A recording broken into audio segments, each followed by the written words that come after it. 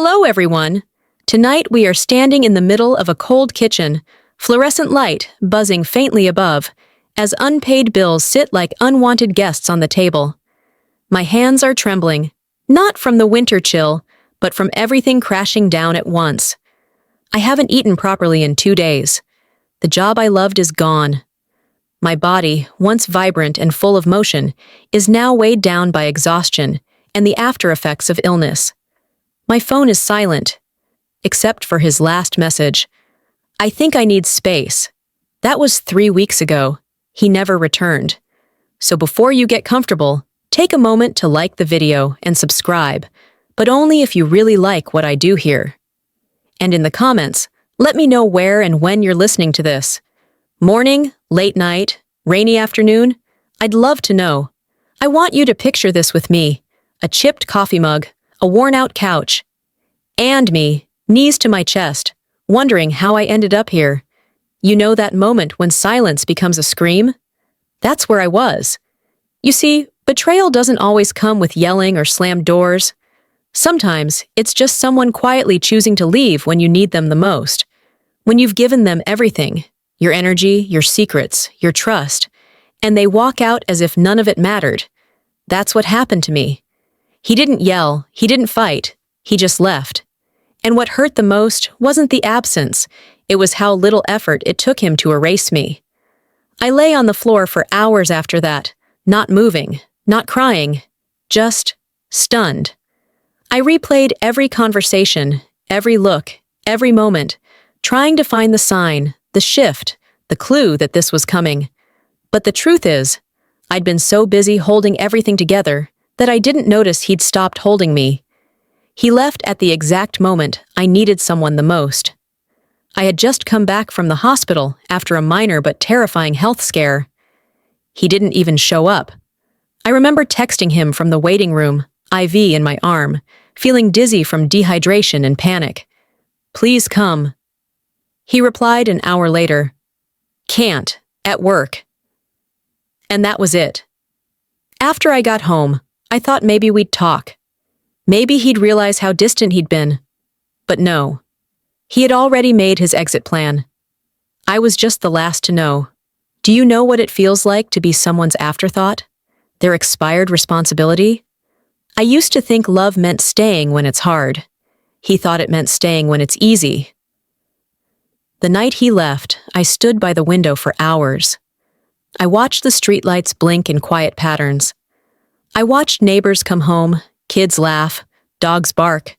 Life was moving. But I was stuck in that one moment, over and over again.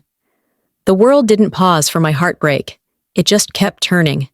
I didn't sleep that night. I sat at the edge of the bed we once shared, staring at the door, half expecting it to open. It didn't. And something broke in me, not just the part that loved him, but the part that believed I was safe. That night was my lowest. It stripped away my illusions, my comfort, my crutches. But it also gave me something raw, something I couldn't name at the time. I now know it was resolve. You see, the thing about rock bottom is, there's no further to fall. And when the only direction left is up, that's when the story truly begins. So if you've ever been betrayed, abandoned, or forgotten, if you've ever had to whisper, "I'm okay," while your world crumbled around you, then I hope this story speaks to you. Because this isn't just about pain, it's about power. Now turn off the lights, maybe turn on the fan to have some soft background music, and let's start our journey tonight. The thing about betrayal is that it doesn't feel sharp at first. It's a slow, creeping ache, like frostbite. You don't even realize how deep it's gone until you try to move, and the pain hits you all at once. That morning, I woke up and reached for my phone by habit. Still no messages, no missed calls, just silence. The kind of silence that screams. His side of the bed was cold. The closet still had some of his shirts, but his cologne, the one that used to linger on the pillow, was fading. It's strange how quickly a scent disappears, as if the space is in a rush to forget someone ever existed. I sat there on the edge of the mattress, staring at the room we'd once decorated together. The curtains we picked out at a summer sale. The bookshelf he built, crooked but full of memories. the photos on the wall where we smiled like a perfect couple. None of it felt real anymore. It was like looking at a set after the actors have left the stage. The story was over. The lights were off. I moved through the apartment like a ghost. Every item was a landmine. His toothbrush still in the holder. A coffee mug with his favorite sarcastic quote. A sock behind the laundry basket. Of course he never hit the basket. I should have known. But when you love someone, you write off the red flags as quirks. You laugh them off. You convince yourself that no one is perfect, even when they stop showing up emotionally. Even when they start choosing everything but you. The thing is, I didn't see it coming. He wasn't cruel. He wasn't cold. He was absent. Bit by bit, like someone slowly turning down the volume on our life together. I remember one night, months before the breakup, I'd come home crying. Work had been hell. My mom was in and out of the hospital, and I was just exhausted. I curled up on the couch next to him, waiting for him to ask what was wrong. But he just kept scrolling on his phone, didn't even look up. At the time, I told myself he was tired, that maybe he didn't know how to comfort me, that maybe I was being too emotional. It's funny how we learn to gaslight ourselves in relationships, isn't it? But now I know better. I know what love looks like. Love leans in. Love asks questions. Love notices when you're not okay. He didn't leave me the night he walked out. He'd been leaving long before that.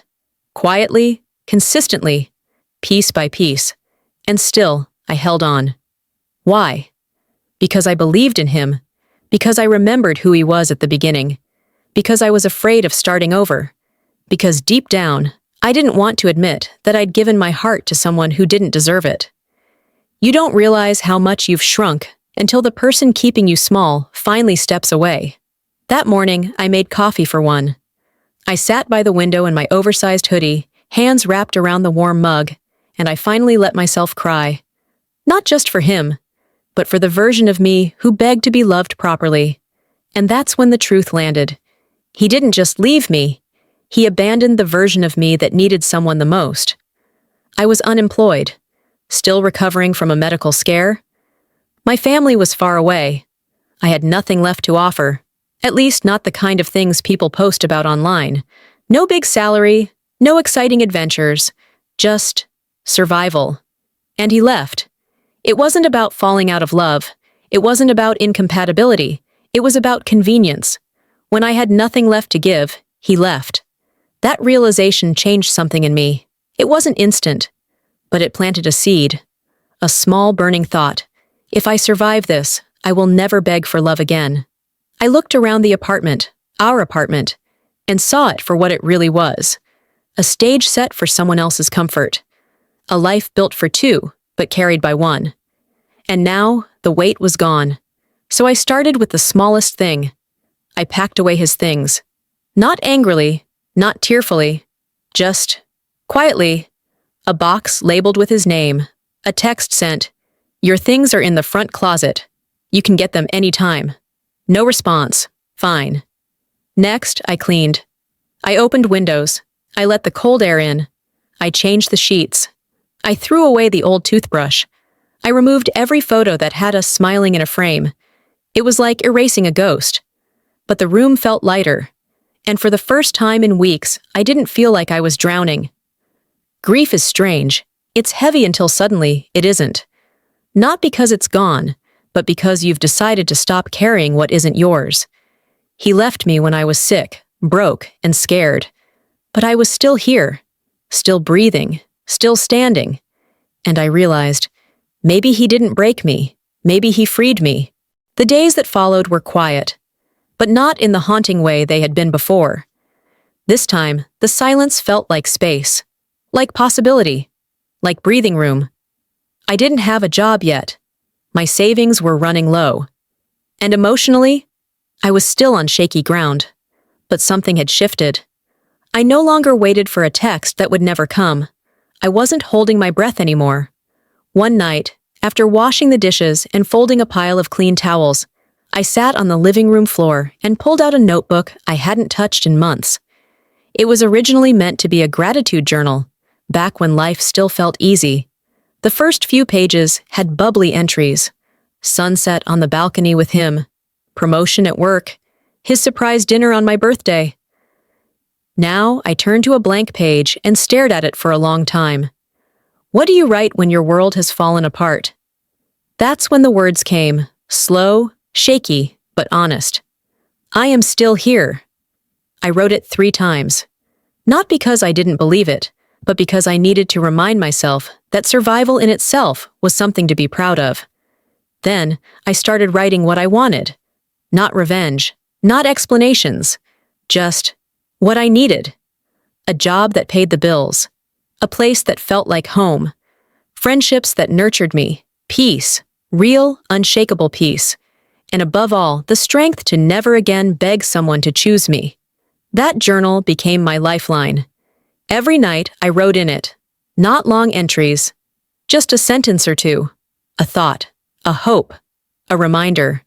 Some pages were tear-stained, some were smudged from where I crossed out pain and tried to write something more hopeful. But over time, the pages stopped looking like heartbreak and started looking like blueprints. It didn't happen all at once, of course. The job hunt was humiliating at first. I'd been in a management role for years, and now I was being ignored for positions I could do with my eyes closed. I remember crying after a phone interview that ended abruptly when they realized I was overqualified. But I kept going. Because I had to. Because I knew that no one was coming to rescue me. Eventually, I got hired to clean office buildings. It wasn't glamorous. It wasn't career-aligned. But it was money. It was structure. It was something. I worked the night shift. Started with 1 building, then 2. The hours were long. The pay was just enough. But strangely, I felt more in control than I had in months. There was something healing about putting things in order, wiping away dust, organizing shelves, turning off lights one by one in massive empty rooms. And in that stillness, I began to hear myself again. Not the version of me that had bent and folded to keep a relationship alive, but the real me, the version I'd buried beneath compromise and codependency. I began to cook again, not because someone was coming home to eat, but because I deserved to nourish myself. I started going for long walks, earbuds in, listening to podcasts about rebuilding, rediscovery, and reinvention. One day, on my way home from work, I passed by a cafe with a help wanted sign. I hesitated. It wasn't in my field, but I liked the energy there. Warm lights, friendly voices, the smell of coffee and baked goods. On a whim, I walked in. The manager was kind, said they needed morning help. It would fit perfectly with my night job. He asked if I had experience. I smiled. I'm really good at starting over. I got the job. It meant 2 jobs now. Mornings at the cafe, nights cleaning offices, and tiny gaps of sleep in between. But I was building something. Each paycheck paid down a bill. Each sunrise felt a little lighter. I stopped checking his social media. Stopped asking mutual friends about him. Stopped wondering who he was with, or if he missed me. It didn't matter anymore, because something far more important was happening. I was coming back to life. There was one moment, though, a small but unforgettable one, that made me realize just how far I'd come. It was a Wednesday evening. I was in line at the pharmacy, wearing sweatpants and an oversized hoodie, hair in a messy bun. Nothing glamorous, nothing curated. And then, there he was. 2 people ahead of me, chatting on the phone, looking down at something. He hadn't noticed me yet. I froze. For half a second, I was the old me again, the girl who would shrink, look away, try to disappear. But then something surprising happened. I didn't panic. I didn't run. Instead, I stepped forward, card in hand, made my purchase, and walked past him. Our eyes met for a split second. He blinked. I smiled. And just like that, I walked out of that store with my head high. I didn't need an apology. I didn't need him to regret anything, because I wasn't waiting for his validation anymore. He had his chance, and I was just getting started. The day after I saw him in the pharmacy, I felt something I hadn't felt in months. Freedom. Not the loud, celebratory kind. No fireworks, no music swelling in the background. Just a quiet, powerful lightness. For the first time, my past didn't pull me backward. I remember sitting by the window the next morning with my usual cup of coffee. Same window, same view. But everything looked different. The sun didn't feel so sharp. The silence didn't feel so heavy. It was as if life had finally loosened its grip on my shoulders. That moment, the smallest exchange of glances with him, that slight surprise in his eyes, gave me something I didn't know I needed. Confirmation. Confirmation that he remembered me. Confirmation that I wasn't invisible, but also confirmation that he no longer had power over me. And I'll admit it.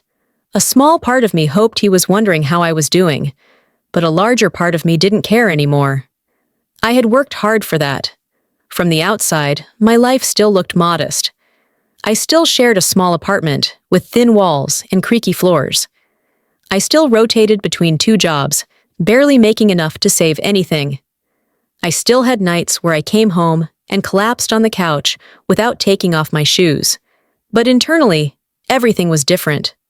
There's a strange kind of peace that comes from being proud of yourself, even when no one else is clapping. And I was proud.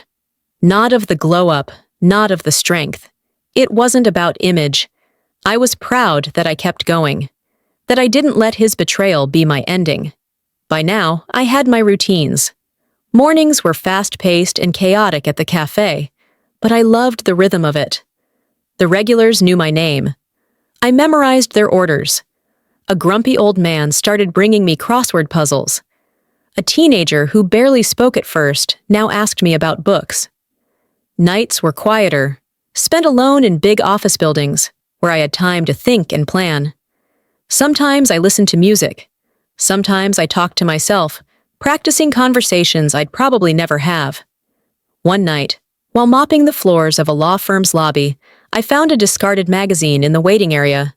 The cover read, "Rebuild your life from scratch and mean it." It felt like a sign. I tore out a page with a list of writing prompts.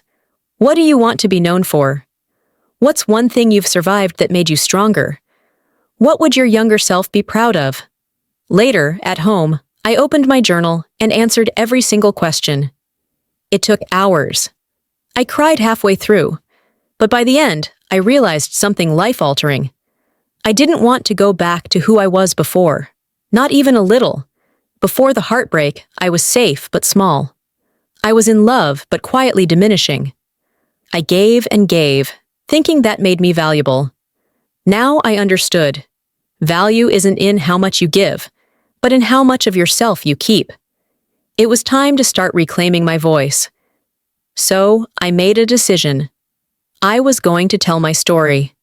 Not as some grand revenge, not to shame him or anyone else, but because I knew there were others like me, people who were abandoned at their lowest, left behind in the dark, told, with actions if not words, that they weren't enough. I didn't have a platform, I didn't have an audience, but I had my words, and I had truth. So I started writing, on lunch breaks, between shifts, late at night on my phone, curled up in bed with tired eyes and a beating heart. I wrote about what it felt like to be broken, to be ghosted, to look at yourself in the mirror and see nothing worth loving, and then to rise anyway.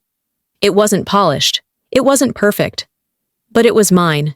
One evening, I uploaded the first post to a simple blog platform under an anonymous name. I didn't expect anyone to read it, but they did. A few readers, then a few dozen, then a few hundred. People left comments like, "I thought I was alone in this. This is exactly how I felt last year. Thank you for putting this into words." And for the first time in what felt like forever, I wasn't just surviving, I was connecting. That's the thing about healing.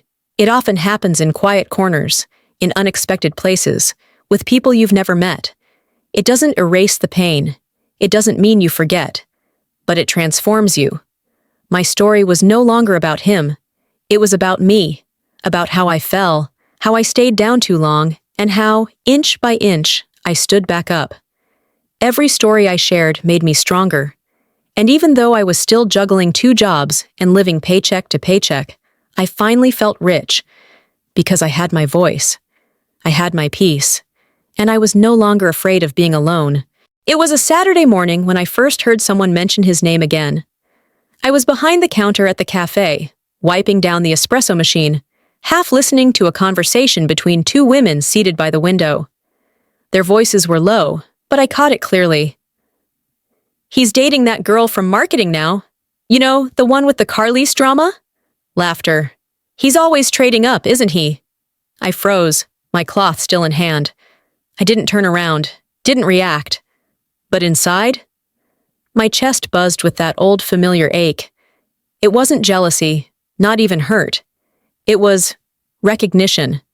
A reminder that the world doesn't stop for your healing. That the people who've hurt you keep living, keep laughing, keep loving. Sometimes carelessly, sometimes loudly. And you still have to find your way. I finished wiping the counter, rang up a few orders, smiled at a child who waved at me through the pastry case. Business as usual. But something was brewing under the surface. Later that day, on my break, I sat outside with my journal and wrote 3 words. I'm not done. Not done healing. Not done rebuilding. Not done reclaiming everything I'd let fall apart when I handed my life over to someone who never deserved the steering wheel. That night, I took a long, quiet walk through the neighborhood. The air was cool. The street lamps buzzed softly above. And with every step, I whispered to myself the truths I had once been too afraid to say out loud. I was too generous with the wrong people. I let myself shrink to make others comfortable. I survived. And then, I am becoming someone he would never have the strength to hold. That last one lingered in the air like perfume. I didn't need to say it to him. I just needed to hear it for myself. That same week, something unexpected happened. I got a message request from an unfamiliar number. It was him. "Hey, I know it's been a while. I've been thinking about you. Can we talk?" My heart didn't race. My hands didn't tremble. Instead, I smiled. Not because I was happy to hear from him, but because I had anticipated this moment long before it came. I had prepared for it. When someone leaves you at your weakest, you don't just remember it. You build walls from it. You plant warning signs. You learn what not to accept again. I didn't reply right away. Instead, I closed my phone, made tea, lit a candle, and took a shower. I did everything calmly, methodically, not out of arrogance, but out of peace. He was not an emergency anymore. Later, I sat on my bed, opened the message again, and typed, "I'm open to talking. But let's meet in public. Just coffee? No exclamation marks, no longing, just clarity." He agreed. And so, just like that, a new chapter quietly began. Not of reconciliation, but of reclamation. We met at a neutral cafe a week later, one that neither of us had ever been to before. I picked it intentionally, clean slate. He arrived looking almost the same. Same confident walk, same smirk. But when his eyes met mine, I saw it. Hesitation. Because I wasn't the girl he'd left. I wasn't waiting. I wasn't hoping. I was fine. We sat across from each other. He ordered a cappuccino. I had green tea. The small talk came first. His job, his apartment, some half-hearted joke about traffic. Then came the reason we were both really there. "I've been thinking a lot about us," he said, and I realized I made a mistake. I let him talk. I let him apologize. I let him explain. And then, I looked him in the eye and said something I'd written in my journal 100 times, but never imagined saying out loud. "I believe you're sorry, but I also believe you only miss me now that I'm okay again." He blinked. "Where was this version of you when I was broken? When I needed someone to stay?" "I didn't need perfect. I needed present. And you weren't." His hands fidgeted with his coffee cup. His face turned pale. "I'm not here to punish you," I continued. "I'm here because I needed to see this through. For me." He nodded slowly. "You've changed." I smiled. No, I've come back to who I was before I started bending to fit you. We didn't hug when we parted. There were no lingering glances, no unspoken promises, just two people walking in opposite directions, one of them finally free. I walked home that day with a quiet sense of victory, not because I'd proven anything to him, but because I'd proven everything to myself. I didn't just survive his betrayal, I rose from it. And now, for the first time in a long time, I was writing the story. The sky was still orange from the setting sun when I returned home from that meeting. I closed the door behind me and leaned against it, not from exhaustion, but from stillness. Peace. It was as if a final door had closed on a chapter I'd been rereading for too long. There were no tears, no anger left, just silence. And this time, it felt like mine. I walked through the apartment slowly, the way someone walks through a house after guests have left. Everything looked the same, the chipped mug, the pile of unread books, the fading photos on the fridge. But the energy had shifted. It wasn't haunted anymore. I was truly, finally alone. And it was beautiful. That night, I cooked myself dinner from scratch, pasta with roasted vegetables, a glass of wine on the side. I put on soft music, lit the candle by the window, and ate slowly, like a date with myself. Because honestly, I had become someone worth dating. It's easy to forget that after heartbreak. Easy to believe the lies whispered in the dark, that you're too much, too difficult, too broken. But the truth is, people don't leave because you're too much. They leave because they're not enough for what you carry. And I was finally starting to carry something powerful. Clarity. A few weeks passed. Work was steady. The blog was growing. My routine had become a rhythm I could dance to. Mornings filled with smiles and lattes, nights with mops and podcasts, and whispers to myself that sounded less like survival and more like celebration. One afternoon at the cafe, my manager pulled me aside. "Hey, do you do any writing outside of work?" I blinked. "Why?" "There's a guy who comes in here often, works in local media, says he reads this anonymous blog every week, and he's pretty sure it's you." My stomach twisted. I hadn't attached my name to the blog. On purpose. It felt like a sacred space where I could bleed freely without judgment. But now? Someone had seen me anyway. "Don't worry," she smiled. "He said your words helped his sister get out of a bad relationship. He didn't come to expose you. He came to say thank you." And just like that, it hit me. My pain had grown wings. My story had left my lips and wrapped itself around someone else's heart, whispering, "You're not alone." Later that week, I got an email from that same man. He introduced himself politely, said he worked on a podcast series for women's voices, and asked if I'd be interested in being a guest, anonymously if I preferred, just to share my story, just to speak. At first, I froze. The old voice returned, "Who do you think you are? You're just someone who got left." But then, the stronger voice, my new voice, rose up. "No, you're someone who came back." So I said yes. The day of the recording, I sat in my tiny living room with a borrowed microphone, hands sweating, heart pounding. The host was kind. She asked questions gently. She gave me space to breathe between answers. And when I finally told the story, from the hospital room, to the cold kitchen floor, to the office mop, to that cafe table where I said no with grace, I felt something lift. I felt heard. When the episode aired, the response was overwhelming. Emails, messages, comments from strangers saying, "You told my story." And suddenly, I realized I'd never been alone. There were thousands of us, women and men who had been broken and discarded and told, in a million silent ways, that we didn't matter. But we did. My inbox became a garden of shared pain and shared hope. One message stood out. It was from a young girl, barely 19. I was planning to go back to him. He said I'd never find better. But after hearing you speak, I left. I packed my things and left. Thank you for giving me the courage. I stared at her words for a long time. And then I cried. Because that's when it truly landed. This comeback was never just about me. Every time we rise from betrayal, we light the path for someone else. Every time we speak our truth, we hand someone a lantern. He betrayed me at my lowest. But what he didn't know, what he never could have predicted, was that I would use that betrayal as bricks. And I was building something far bigger than just a comeback.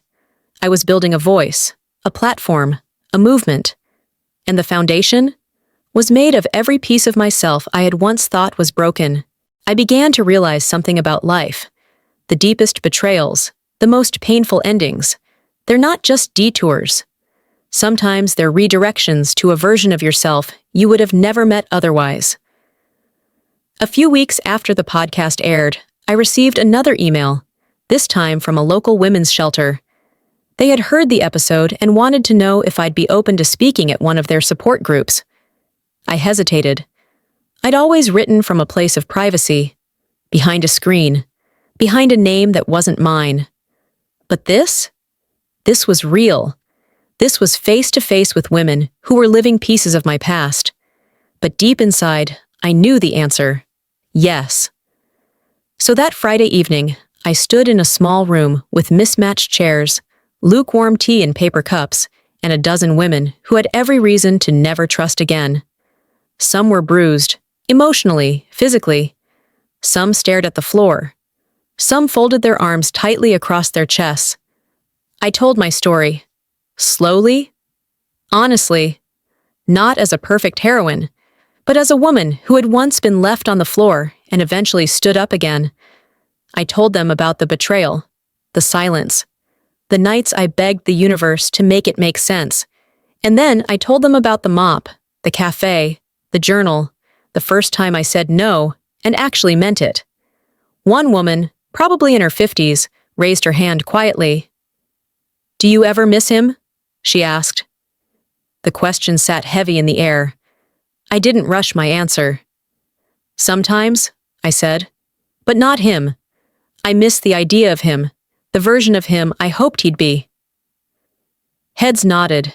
That's the thing they don't tell you about healing. It's not about erasing the past.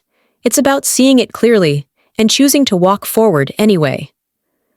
After the group ended, one of the younger women lingered behind. She was soft-spoken, with eyes that carried a storm. "I printed your blog posts," she said. "I keep them in my backpack. When I feel like going back to him, I read them. They remind me why I left." I wanted to hug her, but I didn't. I just held her gaze and said, "You're stronger than you know." And she was. We all are. That night, I went home, lit a candle, and cried. Not out of sadness, but out of gratitude. Because that broken version of me, crying on the kitchen floor, begging a man to care, she had no idea who she was going to become. And every time I doubted myself, every time I wondered if the pain had been worth it, I thought of that girl with the backpack. This wasn't just a comeback. This was legacy. And then came the next call. A publishing house. Small, but respected. They had come across my blog and podcast and asked if I'd be open to writing a book. At first, I laughed. Me? The girl who couldn't get out of bed 6 months ago? But the truth was, I had been writing the book all along, one blog post, one journal entry, one voice memo at a time. I said yes. The process was messy, emotional. Rewriting your pain in past tense is one of the bravest things you can do. There were days I'd get stuck on a sentence for hours. There were nights I'd cry halfway through a chapter, only to wake up the next morning and rewrite it stronger. But page by page, I built it. My story, my survival, my healing, and then, my favorite part, my joy. Because yes, betrayal broke me, but it also brought me here, to a life that was truly mine, to mornings where I woke up with peace instead of panic, to a career I never planned, but that felt like purpose. And here's the thing no one tells you. Your comeback doesn't need to look impressive. It just needs to be yours. Mine wasn't about revenge. It wasn't about proving him wrong. It was about proving myself right, that I was worthy, that I could begin again, that I could fall and rise, and fall again, and still move forward. I remember the moment the final manuscript was submitted. I closed my laptop, leaned back, and whispered one sentence out loud. He betrayed me at my lowest, and look at me now. Not to gloat, not for applause, but because I had come full circle. And from that day on, I stopped calling myself broken. I started calling myself rebuilt. Months passed. The manuscript turned into edits. The edits turned into proofs. And before I knew it, I was holding a physical copy of the book in my hands. Something real, with weight and pages, and my name on the cover. I sat on the edge of my bed the night the box arrived, staring at it like it might vanish if I blinked too fast. The title was simple, bold, not flashy, not dramatic, just honest. It felt like placing a tombstone on the grave of who I used to be, and planting a garden there instead. Word spread quietly, but steadily. The podcast did another feature. A local bookstore invited me for a reading. Suddenly, people were reaching out, not because I was some polished success story, but because I had told the truth. And the truth? It was messy, it was painful, but it was also sacred. The night before the book launch, I couldn't sleep. I stayed up organizing a small display table in my living room, the way a child might set out clothes for the first day of school. I wasn't anxious about the reviews. I wasn't worried about sales. I just kept thinking, what if someone picks this up the day they need it most? That was all I wanted. The event was small, maybe 40 people. Some familiar faces, some I didn't know. One woman brought her daughter. Another had flown in from 2 states away. I read a passage about the morning after the betrayal, the chipped coffee mug, the message that never came, the realization that I'd been holding my breath for someone who had no intention of returning. And as I looked up from the page, I saw tears. Not pity, not sadness, but recognition. They saw themselves in my story. After the reading, as I was signing a few copies, a woman approached. Older, elegant, with silver hair and a kind smile. "You know," she said softly, "I left my husband after 31 years. Everyone called me crazy, said I'd regret it. But I didn't. I never did. I just never had the words for why. Until now." She held the book to her chest. "Thank you for giving me the words." And I realized, this wasn't just a story. It was a mirror. A way for others to see themselves with more kindness, more courage. That night, I walked home under the stars, coat wrapped tight around me, the city buzzing softly in the background. I passed the cafe where I used to work. It was closed, lights dim, chairs stacked on tables. I smiled, because I remembered the girl who once stood behind that counter, heart heavy, pretending she was okay. She had no idea where life was about to take her. No idea that cleaning offices and writing in the dark would lead to microphones, spotlights, and bookshelves. And she didn't need to know. She just needed to keep going. That's the thing with comebacks. They don't announce themselves. They don't arrive with fanfare. They begin quietly, in the smallest of decisions. Like cooking for yourself again. Like saying no to an apology that comes too late. Like showing up to your own life, even when no one else does. A few days after the launch, I received a message request on social media. It was him. Again. "Saw your book. Looks like you're doing well. Congrats. Proud of you?" No question, no request to talk, just a line. A tap on the glass of a life he was no longer part of. I stared at the message for a long time. Not because it hurt, but because it didn't. There was a time that message would have sent me into a spiral, would have had me dissecting every word, hoping it meant something more. But now, I didn't even feel the need to respond. Not out of pettiness, but because I didn't owe him closure anymore. I'd already given it to myself. And that's what I wish I could whisper to everyone listening tonight. You don't need the person who hurt you to say they're sorry. You just need to believe that you were always worth better. I turned off my phone, placed it face down, and picked up the copy of my book sitting on the table. I ran my fingers over the cover, then opened it to the dedication page. To the woman I used to be. Thank you for surviving long enough to become me. A few months later, spring arrived. It crept in quietly. Buds on branches, golden sun on window panes, soft warmth in the wind. The kind of season that sneaks up after a long winter, reminding you that beginnings don't always arrive with a bang. Sometimes they tiptoe. My mornings had changed. No more racing to 2 jobs, no more waking before the sun just to make ends meet. I'd transitioned to part-time writing and hosting workshops on healing, growth, and rebuilding. I never thought I'd be the one with a microphone, standing in front of strangers, saying things like, "You are not broken just because someone broke your heart." But here I was. One workshop in particular stayed with me. It was held in a library's community room. No stage, no spotlight, just a circle of folding chairs and people holding stories like fragile glass. A young man, maybe mid-20s, spoke first. He'd been cheated on by someone he had built a future around. His voice cracked when he said, "I still wake up and reach for her, but she's not there, and worse, she doesn't care." Everyone nodded. Everyone understood. And I told him something I hadn't planned to say.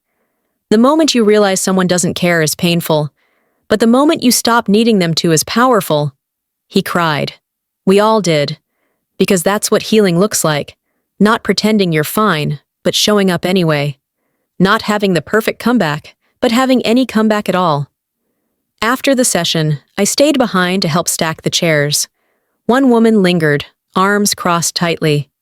"You talk like it's easy," she said, "like we can just get over it and move on." Her voice was laced with bitterness, and I didn't blame her. "It's not easy," I said. "It's just possible." She looked at me like she didn't believe it, but she stayed anyway, which told me enough. Staying, even with doubt, is part of the work. That night, back home, I pulled out a shoebox from the closet. Inside were all the little pieces of my old life. Photos, birthday cards, notes scribbled on napkins. There was one note from him that I hadn't seen in years. "Thank you for being my everything. I don't know what I'd do without you." It was written in blue ink, dated just 4 months before he left. I stared at the words for a while, not with sadness, but with distance, as if reading a message from someone else's life. Because in many ways, I was. The girl who received that note had no boundaries, no voice. She gave love like oxygen and expected it to be returned just because she was kind. But love isn't guaranteed, and kindness doesn't make someone stay. I folded the note gently and tucked it back in the box, not as a souvenir of pain, but as a reminder of growth. I didn't need to burn the past to move forward. I just needed to carry it differently. In the months that followed, the book gained quiet traction. No bestseller lists, no viral videos, just slow, steady hands passing it around. Messages from readers saying things like, "I left him because of you," or "I finally forgave myself." One message came from a woman in her 70s. "I waited 35 years to leave. I thought it was too late, but now I know. It never is. Thank you." And suddenly, the ache inside me, the one that sometimes wondered if I'd wasted too much time on the wrong person, began to dissolve. Nothing was wasted. Every tear, every sleepless night, every whispered, "Please come back," they all led here, to a life I had designed, to a heart I had rebuilt, to a self I had fought for. Sometimes I'd catch glimpses of my past life in small, strange ways, like hearing a song we used to love while grocery shopping, or spotting someone wearing his cologne in a crowd, or passing by the restaurant where he first told me he loved me. But those memories, they didn't sting anymore. They were just echoes, faint, distant, because I was no longer in that story. I was writing a new one where I was no longer cast as the girl who got left, but as the woman who walked forward anyway. It happened on an ordinary Tuesday. Gray sky, soft drizzle, the kind of day where everything feels a little muted.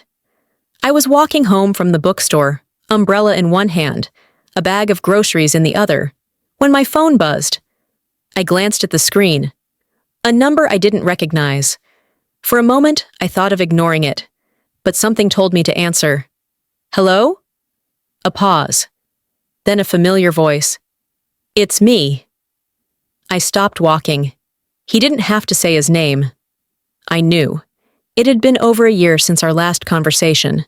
The message, the non-response, the silence after the book, and yet here he was again. I read your book, he said. All of it. I didn't respond. He continued, I saw myself in every chapter, and I hated it. That part caught me off guard. I hated the man you described, he admitted, but not because it wasn't true, because it was. I could hear the weight in his voice, regret, maybe shame, but I wasn't there to rescue him from either. I'm not calling to ask for anything, he added quickly. I needed to say it, that I was wrong, that you didn't deserve any of it. I found a quiet spot beneath an awning and leaned against the brick wall. I know, I said softly. Silence. You know? He asked. Yes. I knew before you did. And I meant it. I had long since made peace with the past. I didn't need an apology to validate the pain. I didn't need his remorse to seal the healing. Still, I appreciated the moment.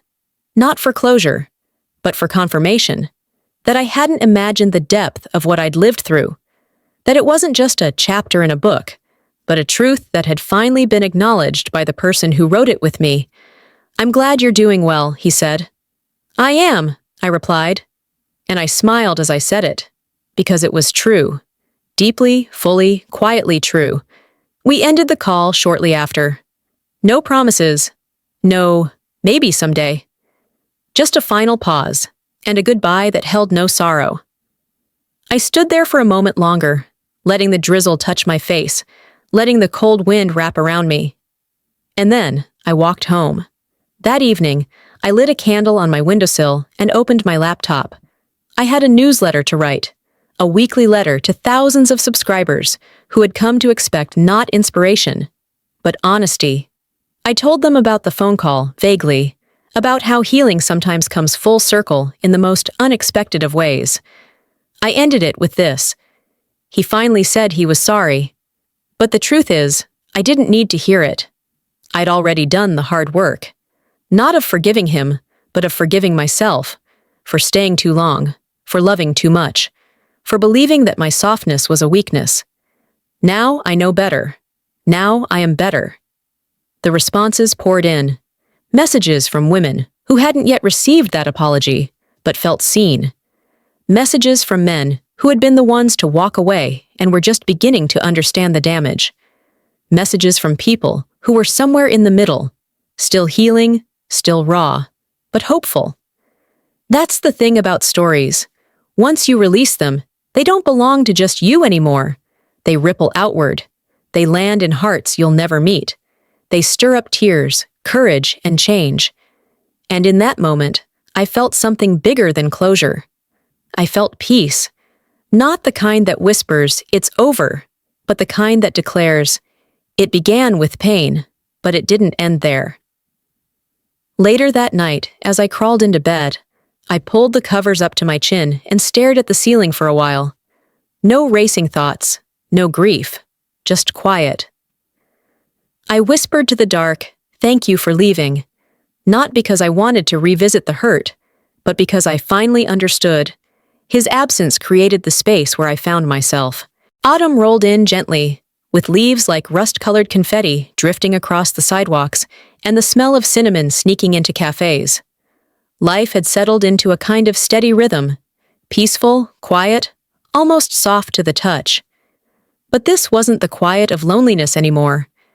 This was the quiet of knowing who I was. The book had found its readers.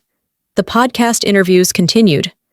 I even started getting invitations to speak at universities and retreats, places I never imagined myself being welcomed into, let alone celebrated in.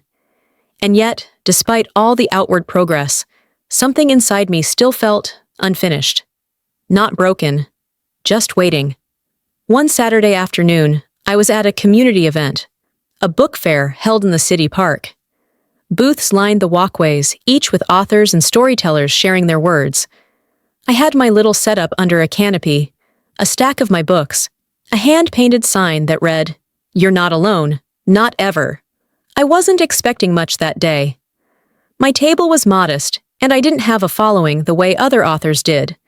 But then a woman approached, late 30s, wearing a wide-brimmed hat and sunglasses, holding a child by the hand.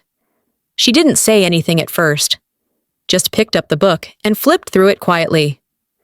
The child wandered off toward a balloon vendor.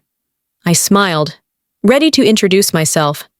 But then she looked up and said, "I know you." I blinked. She removed her sunglasses slowly, and the breath caught in my chest. It was her, the woman he had started seeing after me, the one who came right after my lowest point, the one he had posted on social media, smiling, vacationing, living a life that once looked like mine. We had never spoken. I had only seen her in pictures, heard about her in whispers, conjured her face in late-night pain while trying not to imagine how happy they might have been. And now she was standing in front of me, holding my story in her hands. "I didn't know who you were at first," she said gently. "Not until the chapter about the hospital." She shook her head, eyes shining with something more complicated than sadness. "I didn't see it back then, but now I do. I know what he did to you, and what he did to me." I didn't know what to say. She looked down at the book, her voice barely above a whisper. "You gave me language for things I couldn't explain." She set the book back down and reached into her bag. "I already have a copy," she said. "I just came to say thank you and I'm sorry." It wasn't her apology to make, but somehow it still healed something.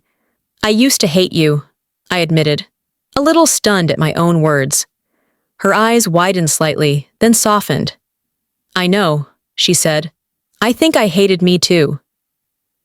We stood there in the middle of a noisy park, surrounded by strangers and booths and laughter, and for a moment, it was just us.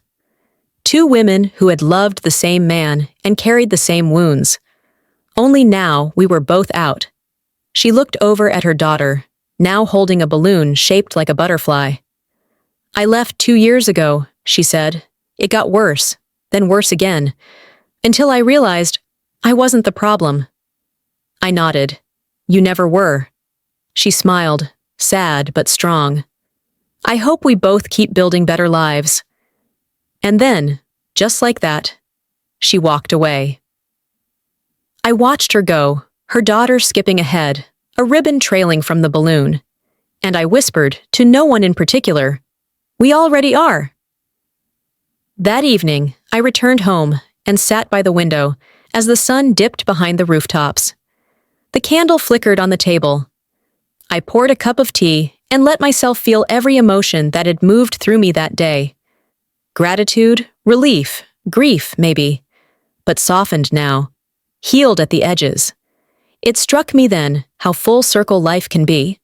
The woman I once resented became the mirror that showed me how far I'd come. I wasn't just surviving anymore. I was witnessing the ripple of my story. And for the first time, I understood something deeper than healing. I was part of a collective rise, a community of women finding their way back to themselves. And I was proud, so deeply proud, to be one of them. Sometimes healing doesn't come as thunder or lightning. Sometimes it's a quiet walk through a bookstore where your own book sits on the shelf.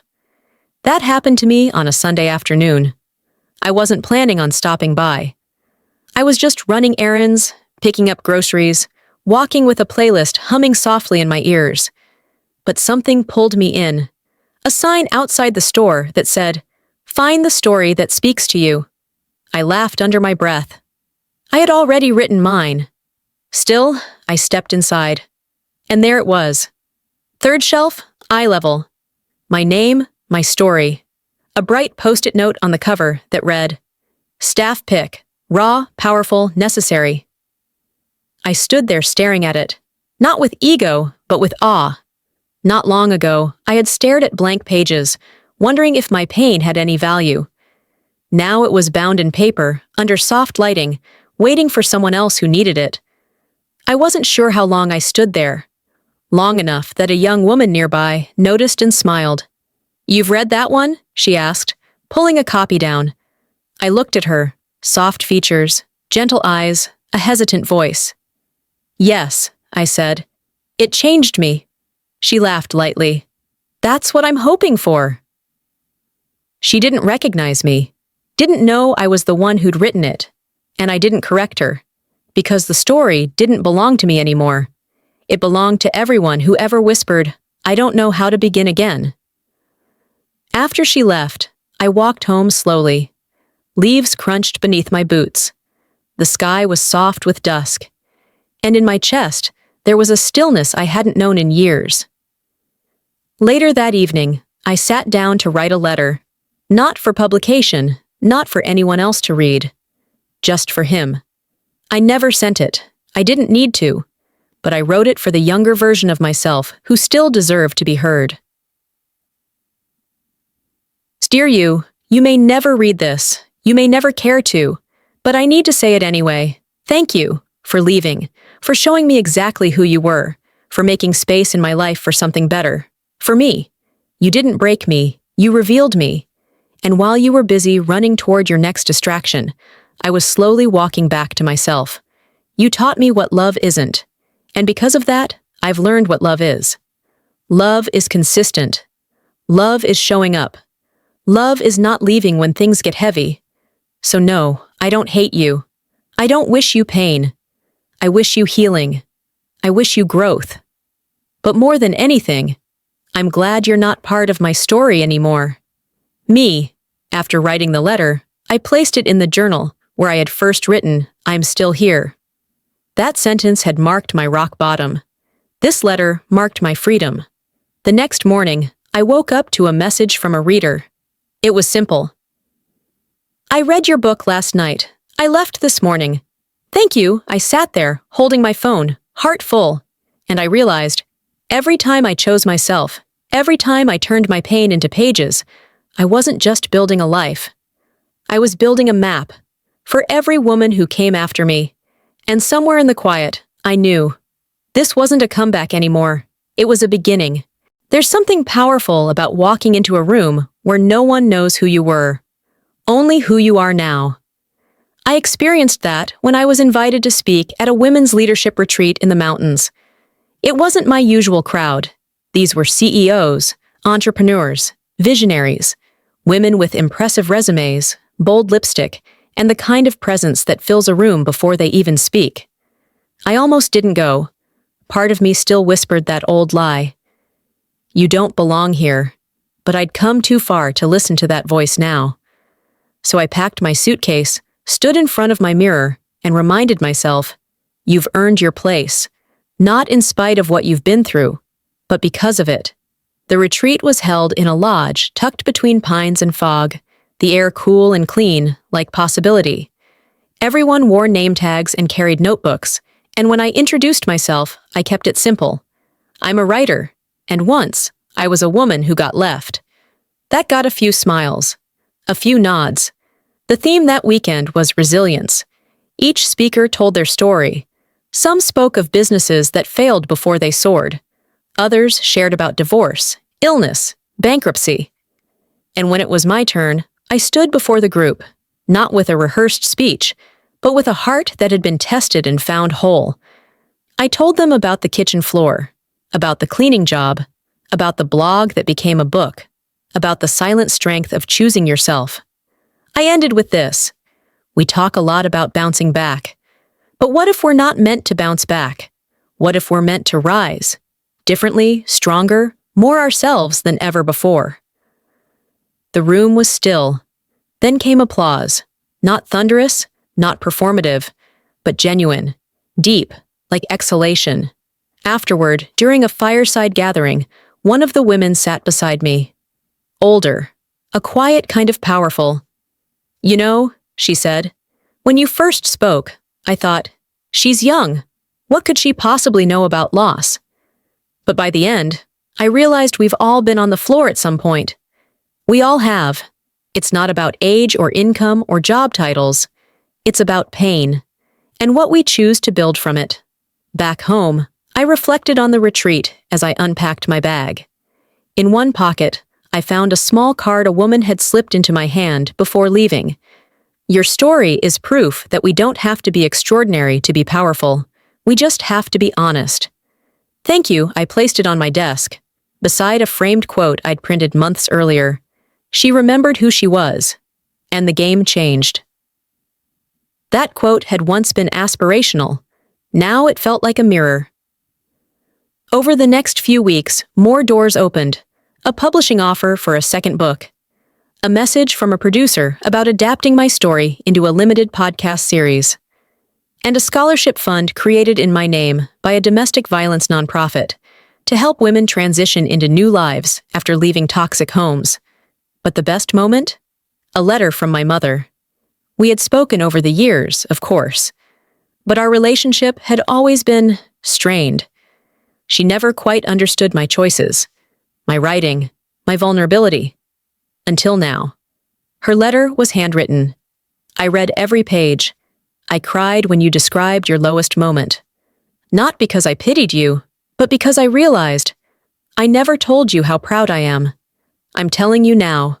You've built a life I never had the courage to imagine, and I love the woman you've become. I held that letter against my chest, eyes closed, because somehow, after all the public milestones, this one mattered most. Sometimes the deepest healing isn't loud. It arrives quietly, like a letter in the mail, or a daughter reclaiming her story. One quiet evening, months after the retreat, I found myself sitting on the porch of my new home. Yes, my home. It wasn't big or flashy. A small cottage just outside the city, with ivy creeping along the side, and a garden that needed constant tending. The kind of place I used to dream about when I was still living in that cramped apartment, counting every dollar and pretending I didn't miss him. Now I was here, alone, but not lonely. The sun was setting behind the trees, painting the sky in soft pinks and burnt orange. A warm breeze rustled the wind chimes, and the world felt settled. I opened my journal, an old habit that had never left me, and turned to a fresh page. This time, the words came easily. I'm no longer waiting to be chosen. I have chosen myself. I paused, then smiled. From the very beginning, that had been the journey. Not from heartbreak to fame, not from pain to applause, but from abandonment to belonging, to myself. My phone buzzed. A message from a reader, one I'd grown to know through emails over the past year. I just signed my lease today, my own place, after 14 years. Your story was the push I needed. Thank you, I replied simply. You did that. I just reminded you it was possible. Because that's what I'd learned. Every time we tell the truth about our survival, someone else dares to imagine theirs. And now, I wanted to give more than just words. I wanted to create spaces. So I started a project, a small foundation, focused on helping women start over. Not just through inspiration, but with resources. Deposits for apartments, resume help, childcare stipends, therapy access. Not handouts, just starts. I called it the Quiet Comeback Fund, because most comebacks don't happen on stages. They happen in kitchens, in whispered prayers, in borrowed beds, in budget notebooks, and brave decisions no one else ever sees. And they matter, deeply. On the first day we launched, I received more applications than I could process.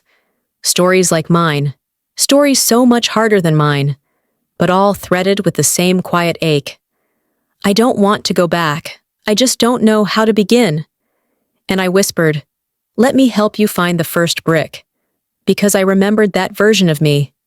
The girl staring at the ceiling, unsure of what was next, too ashamed to ask for help. And now, I could be the hand I once needed. One night, while sorting through applications, I paused at a name that looked familiar. At first, I thought it was coincidence. But no, it was her. The woman who had spoken to me at the park. The one who had once been with him. Her note was simple. You planted something in me that day. I've left. I'm ready to rebuild. I don't need money. I just needed to tell someone, and to say thank you. I read it 3 times. Then I folded it up and tucked it beside my mother's letter. 2 reminders that we never know the weight of what we carry until we hand it to someone else and watch them rise. And as I sat there on the porch, night falling around me, I thought of all the versions of myself I had once tried to be. The perfect partner, the peacemaker, the silent one, the survivor. And now, I was simply me, no longer needing to prove, no longer needing to chase, just being, whole, free, home. The final page of this chapter wasn't loud. There was no thunderclap, no headline, just a morning like any other, the sun filtering softly through white curtains, the smell of brewed coffee drifting from the kitchen. I sat at my table in a worn but beloved sweater, a steaming mug in my hands, staring out at the garden I had planted from scratch. The rosemary was overgrown, the lavender leaning lazily toward the light. Birds chirped, distant and content. And I was still. There are moments in life when you realize the war is over, that you no longer brace for impact every time the phone rings, that your laughter comes freely, not as performance, but as truth. This was one of those mornings. It had been nearly 2 years since he left, since I sat on that cold kitchen floor, wondering how I'd ever be okay again. And now, I had become the version of me that girl on the floor had no idea existed. Not perfect, not invincible, just resilient. I opened the window and let the breeze in. It carried with it no ghosts, no memories I hadn't already made peace with. I took my notebook, yes, the same one, and turned to a clean, untouched page. With slow, deliberate strokes, I wrote, "He betrayed me at my lowest, and I thank him for it." I paused, then continued, "Not because the pain was deserved, but because it revealed who I am, and because, without that fall, I might never have discovered the sky waiting beneath my feet." Outside, wind chimes danced gently in the air. I closed the notebook, exhaled through a smile, and sat back. The truth is, most people don't get to witness their own transformation. We're too close to it, too tangled in the steps to see the shape it takes. But I had seen mine, felt it, written it, lived it, from silence to speech, from being left behind to leading others forward. Some days, I still feel echoes, faint ones, a song, a scent, a laugh that sounds like his, but they no longer grip me. They visit like passing shadows, reminding me that light always returns. As evening fell, I lit a candle and walked barefoot through my living room. My books lined the shelves, letters from readers pinned gently to a corkboard. A framed photo of me, mid-laugh, at the retreat with the women who had once been strangers, but now felt like soul kin. The house creaked in all the familiar ways. It knew me, and I knew it. Before heading to bed, I looked in the mirror. Not to fix anything, but to see. The woman staring back was calm, soft lines in her eyes, a strength in her mouth, a stillness in her chest. I whispered, "You made it," and she smiled. As I crawled into bed, I pulled the covers up, the sheets warm from the dryer. There were no tears, no flashbacks, no lingering regrets. Just breathe, just stillness, just peace. And as the night settled in around me, I whispered one last thing to the dark. I didn't just survive him. I survived myself. Because the hardest part of heartbreak isn't losing someone. It's learning how to love yourself again after believing you weren't enough. And now, I don't hope I'm enough. I know.